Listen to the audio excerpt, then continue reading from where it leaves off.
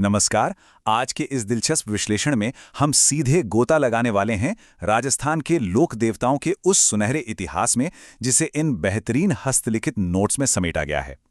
इन पन्नों में सदियों पुरानी आस्था, कुछ ऐसे बलिदान जो रोंगटे खड़े कर दें और शौर्य की वो कहानियां छिपी हैं जो आज भी इस रेतीली धरती की धड़कन है। तो बिना वक्त गंवाए चलिए शुरू करते हैं इन शानदार स्रोत सामग्री पर हमारी चर्चा। इस पूरी चर्चा को हमने कुछ प्रमुख हिस्सों में बांटा है। सबसे पहले समझेंगे कि आखिर लोक देवता की अवधारणा क्या है। फिर बात करेंगे मारवाड़ के प्रसिद्ध पंचपीर की। इसके बाद कृषि और पशु रक्षक देवताओं पर एक नज़र डालेंगे। फिर जानेंगे उन देवताओं के बारे में जो सर्प और प्रकृति रक्षक माने गए हैं, और आखिर में उनकी पूजा की कुछ बेहद अनूठी परंपराओं को डिकोड करेंगे। तो आइए सबसे पहले भाग की ओर बढ़ते हैं, लोक देवता की अवधारणा, यानी कैसे कुछ साधारण मनुष्य अपने कर्मों से दिव्य रक्षक बन गए। अब एक सवाल उठता है, ये लोक देवता असल में थे कौन? देखिए, ये कोई जन्मजात भगवान या पौराणिक अवतार नहीं थे। ये बिल्कुल हमारे और आपके जैसे ही साधारण इंसान थे। लेकिन इनका दर्जा ईश्वरीय कैसे हो गया? इसका सीधा सा जवाब है इनका सर्वोच्च बलिदान। उस दौर की कल्पना कीजिए जब गायें और पशुधन ही समाज की सबसे बड़ी दौलत हुआ करते थे। लुटेरों से उन पशुओं को बचाना, महिलाओं का सम्मान बचाना और अपने सामाजिक धर्म के लिए हंसते हंसते जान दे देना। सच कहूं तो यही वो त्याग था जिसने इन्हें हमेशा हमेशा के लिए पूजनीय बना दिया। अब आगे बढ़ते हैं दूसरे भाग की तरफ, जो शायद सबसे ज्यादा चर्चित है, पंचपीर, मारवाड़ के वो 5 महान देवता जिन्हें हर कोई पूछता है। पाबू हड़बू रामदेव मांगलिया मेहा, पांचों पीर पधारज्यो गोगा जी जेहा। क्या कमाल की पंक्तियां हैं, है ना? ये पारंपरिक राजस्थानी दोहा सिर्फ सुनने में ही सुरीला नहीं है, बल्कि ये एक बहुत ही शानदार निमोनिक यानी याद रखने का तरीका है। पीढ़ियों से लोग इन्हीं 5 प्रमुख देवताओं पाबूजी, हड़बूजी, रामदेव जी, मेहाजी मांगलिया और गोगा जी के नाम आसानी से याद रखने के लिए इसी एक छोटे से दोहे का इस्तेमाल करते आ रहे हैं। एकदम सटीक और सरल। और अगर हम इन हस्तलिखित नोट्स को देखें तो बिल्कुल पहले पन्ने पर ही ये प्रसिद्ध दोहा साफ साफ लिखा हुआ है। ये बात हमारे इस पूरे विश्लेषण को एक ठोस ऐतिहासिक आधार देती है। मतलब ये पूरी परंपरा सिर्फ कहावतों में नहीं, बल्कि हमारी लिखित और मौखिक दोनों तरह की संपदा में कितनी गहराई से रची बसी है। इन पंचपीरों में एक नाम जो सबसे ज्यादा गूंजता है वो है रामदेव जी का। उंडू कश्मीर में जन्मे रामदेव जी, खैर नोट्स के मुताबिक वो सिर्फ एक देवता नहीं बल्कि अपने समय के बहुत बड़े समाज सुधारक थे। हिंदू उन्हें भगवान विष्णु का अवतार मानते हैं तो मुस्लिम समुदाय उन्हें पीरों का पीर मानकर सजदा करता है। छुआछूत मिटाने और सामाजिक समानता लाने के लिए उन्होंने कामड़िया पंथ की शुरुआत की थी।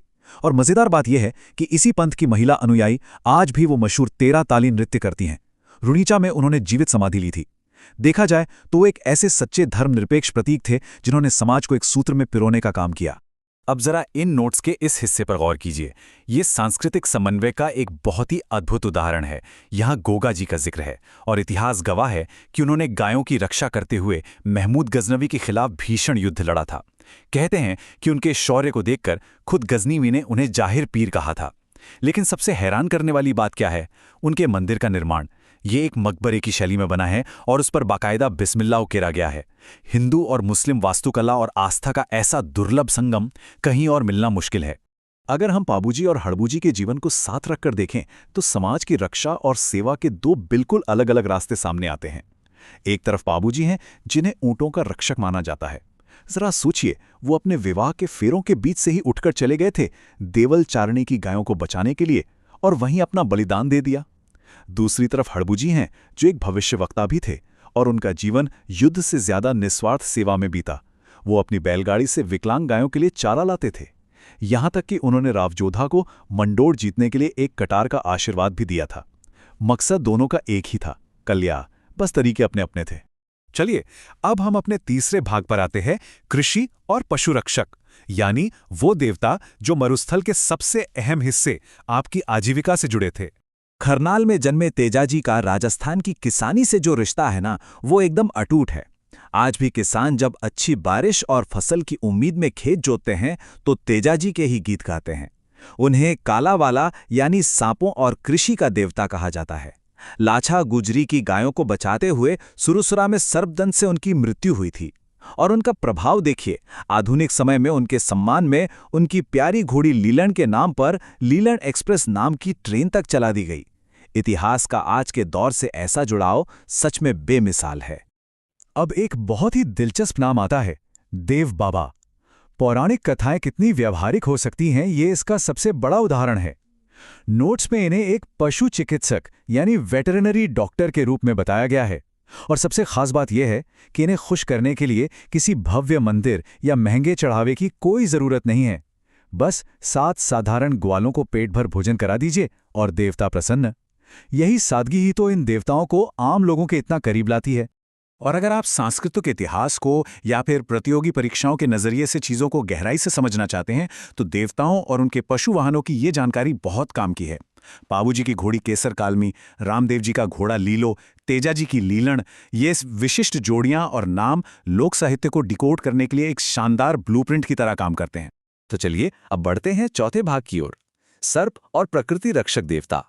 ये वो रक्षक हैं जिन्होंने रेगिस्तान के खतरों, स्वास्थ्य और पर्यावरण की रक्षा का बीड़ा उठाया। यहाँ बात करते हैं मालासेरी के बगड़ावत परिवार में जन्मे देवनारायण जी की। इन्हें विष्णु का अवतार और विशेष तौर पर औषधि का देवता यानी चिकित्सा का देवता माना जाता है। अब इनके नोट्स में एक बड़ी ही रोचक बात है। इनकी फड़, जो कि कपड़े पर बनी एक लंबी स्क्रॉल पेंटिंग होती है, वो सबसे लंबी मानी जाती है। इतनी खास कि भारतीय डाक विभाग ने उस पर एक बाकायदा टिकट तक जारी कर दिया।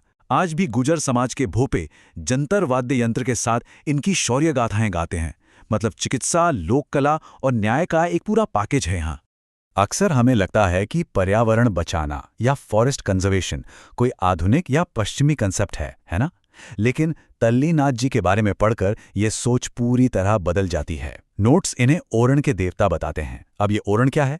ये गांव के आसपास का वो पवित्र वन क्षेत्र होता है जहां से कोई भी पेड़ काटना या हरियाली को नुकसान पहुंचाना सख्त मना है। असल मायने में देखा जाए तो तल्लीनाथ जी जैसे लोक देवता हमारे इस क्षेत्र के सबसे शुरुआती पर्यावरणविद थे। उन्होंने धर्म को सीधे सीधे प्रकृति के बचाव से जोड़ दिया था।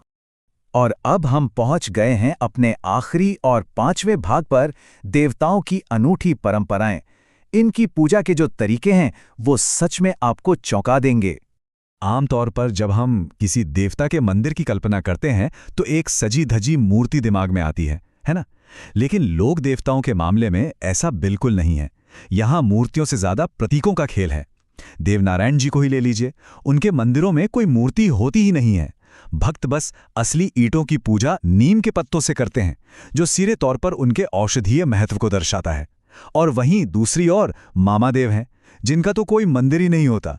बस गांव के बाहर एक लकड़ी का तोरण रख दिया जाता है और वहीं से उनकी पूजा होती है। बिल्कुल अनूठा है ना? स्रोत सामग्री की ये पन्ने इन अनोखी परंपराओं की पूरी तरह पुष्टि करते हैं। यहाँ साफ लिखा है कि मामादेव असल में वर्षा के देवता हैं। और हम सब जानते हैं मरुस्थल में बारिश का क्या महत्व है। भयंकर सूखे से बचने और बारिश लाने के लिए उन्हें प्रसन्न करने हेतु भैंसे की बलि दी जाती है। ये बहुत गहराई से दिखाता है कि उस दौर का ग्रामीण समाज अपनी भौगोलिक चुनौतियों और अपनी आस्थाओं के बीच कैसे तालमेल बिठाता था। इन शानदार हस्तलिखित नोट्स के जरिए राजस्थान के इतिहास का ये सफर सच में रोंगटे खड़े कर देने वाला रहा। अब अंत में जरा इस बात पर गौर कीजिएगा, बलिदान, पर्यावरण संरक्षण और समाज सेवा की ये जो सदियों पुरानी कहानियां हैं, जो आज भी रंग बिरंगी फड़ पेंटिंग्स और रेगिस्तानी लोकगीतों में पूरी तरह जिंदा हैं, ये हमारी आज की आधुनिक सांस्कृतिक पहचान को कैसे आकार दे रही हैं। निश्चित रूप से ये एक ऐसा सवाल है जो इतिहास के पन्नों से निकलकर सीधे हमारे आज को प्रेरित करता है। इस गहराई भरे विश्लेषण का हिस्सा बनने के लिए बहुत बहुत धन्यवाद।